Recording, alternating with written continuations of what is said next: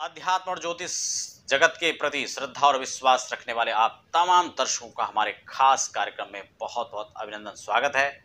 मैं आपके साथ में देवभूमि ऋषिकेश उत्तराखंड से आचार्य आशीष। आप भी नीचे कमेंट बॉक्स में अपना नाम या अपने शहर का नाम लिखकर हमारे कार्यक्रम का एक खास हिस्सा बन सकते हैं।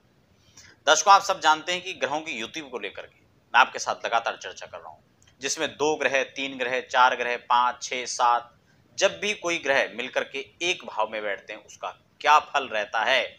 ज्योतिष की भाषा में इसी को युति कहते हैं। इसी युतियों पर आप अपने जन्म कुंडली में देख सकते हैं कौन कौन से ग्रहों की युति हो रही है और उसका क्या फलादेश रहेगा। तमाम इसी सीरीज में मैं आपके साथ लगातार चर्चा कर रहा हूं। वैसे तो युतिगत संगत जो आधार बनता है वो भाव, राशि और अलग अलग स्थिति परिस्थितियों को देखकर देखा जा सकता है, लेकिन फिर भी सामान्यतः उसका क्या फल रहेगा उस पर मैं लगातार चर्चा कर रहा हूं। महत्वपूर्ण मानसागरी के आधार पर मैं चर्चा कर रहा हूं, जो महत्वपूर्ण पुस्तक है ज्योतिष। अब हम बात कर लेते हैं चतुर्ग्रह योग के इस श्रृंखला में चंद्रमा, मंगल, बुध और शनि को लेकर के। अगर यह संयोग कुंडली के किसी भाव पर बनता है तो इसका सामान्य फल यहाँ पर बताया है कि भौमेन्दु बुध शौरीणाम शौरि योगे सूर कुलोद्भव पुत्र मित्र कलत्ती च द्विमाता पितृको नरः।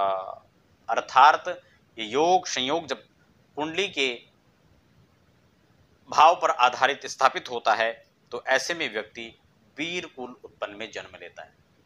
अर्थात वीर कुल उत्पन्न में जो लोग उत्पन्न होते हैं उनकी कुंडली के अंदर ये योग देखे जाते हैं। ऐसे व्यक्ति पुत्र, मित्र, धन, कलत्र इन सब चीजों से परिपूर्ण होते हैं, साथ साथ में लोक मान्य भी होते हैं, समाज में पूज्य होते हैं।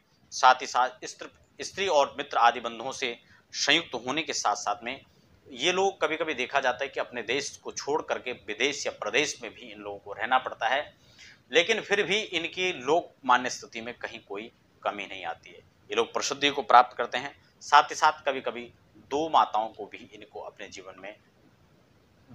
भी इनको स्नेह का योग बनता है। अर्थात इन लोगों की 2 माताएं भी हो सकती हैं, या फिर यूं भी आप समझ सकते हैं कि इनको माता जैसे प्यार और स्नेह करने वाला कोई दूसरी स्त्री भी माँ के समान मिल सकती है, जिसमें मौसी हो सकती हैं, बुआ हो सकती हैं, या फिर आपके परिचित में से कोई स्त्री उनको पुत्रवत स्नेह करने वाली हो सकती है।